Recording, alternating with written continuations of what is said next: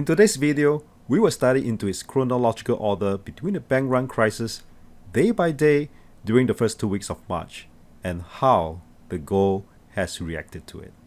And also, we will explore the possibility of a contagion effect if the bank run will continue. And we saw that with the bank run, so is the gold rush. So at this point, we are seeing gold seems like it's moving up. Does this represent that there will be another round of bank run? And we're going to discuss about that. But before that, please take some time to read into the disclaimer down here. On the 8th of March, Silvergate Bank announced its intent to wind down. And at the same time, Silicon Valley Bank also announced that there was a $1.8 billion losses due to their loss in the treasury bonds. And where was 8th of March? It is here.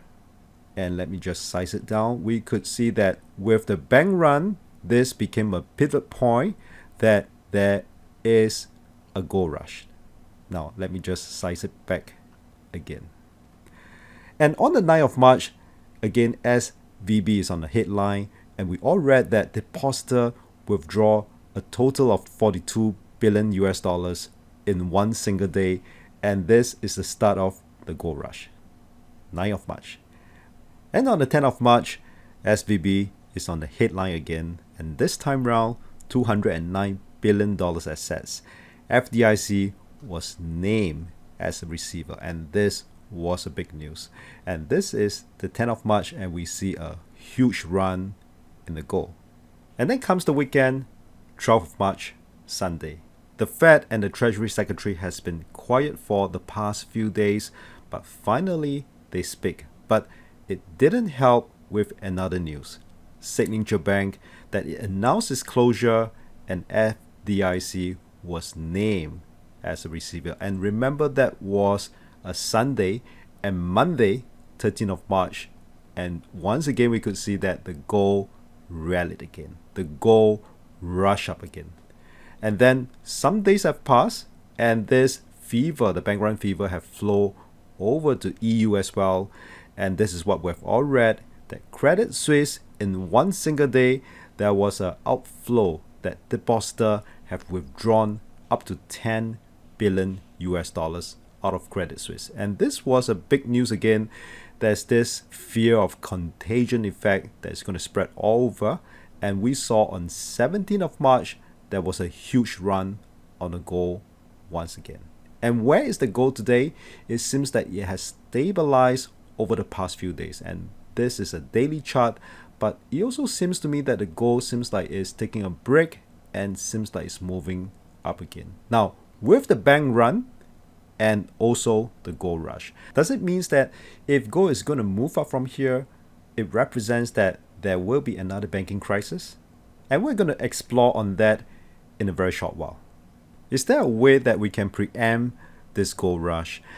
And in the last video, we discussed about the fourth dimension way of analyzing.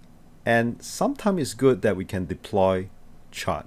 And I said before that chart, we are starting into technical analysis, but it also represents that we are starting into the behavioral analysis. Now, let's look at the very simple way of analyzing. In the past videos that I've explained how to apply a standard downtrend line. And first we have to find at least 3 significant peaks. Then we'll try to connect the dots together. And this is what we have discussed, that this seems to me that is a very classic downtrend line. And maybe we'll make some adjustment here and there. And I think it's pretty good. But what we are seeing here is that this downtrend line seems to have broken above and stay in a sideway towards the end of February. And then, of course, we've discussed about the 8th of March, 9th of March, 10th of March, the first 2 weeks of March, and that's where all the bank run crisis start to surface. And this is the period that we also see that as bank runs, so is the gold rush. And we could see the gold entered into a transition of downtrend to an uptrend. And what we're studying here is the 4 hours chart. It is also a shorter term chart that it gives a lot of breadth about this market. And what I'm seeing here is that the market has been range bound over the last many hours or last few days. And when it comes to range analysis, is that the range will not range indefinitely. It will tend to break above or below. And my study is likely is going to break above, and in a short while we're going to study the fundamental reason why it is so. And this was what I shared in our last week video, that we saw that gold has been range bound over the last coming to 3 years. And what we're looking at here is the quarterly chart, and we can see all the way back to the 70s, but over the last few years that gold has been range bound. And again, the range will not be indefinitely, but might take technically and also fundamentally that highly likely that gold should be trending higher. And this was our projection, and I will share the link below. You can refer to what we shared on last week's video. Now let's get into the banking crisis, and we're going to do a case study on Silicon Valley Bank. And the story of this bank is that it is a story of having too much money problem that lead to the banking crisis. Now we have to understand first is that it is a bank, and its obligation is to pay interest to their depositor, and that's what they have to do. And during the pandemic years, they have a lot of money. So what they do is that they have to keep the money or depositors' money invested, and they have invested into a 10 years bond yield, and it was an average return of about 1.79%. Before February 2022, Fed fund rate was at about 0.25%. So it makes sense, but I think their problem is that it's a mismanaged issue, that they have invested too much in a long-term bond yield. The problem was after February 2022, when the Federal started to increase interest rate till the recent up to about 5%, that became a problem. That what they're receiving from their investment is there at 1.79%, but what they have to pay to their depositor is about 5%, and there is a deficiency here.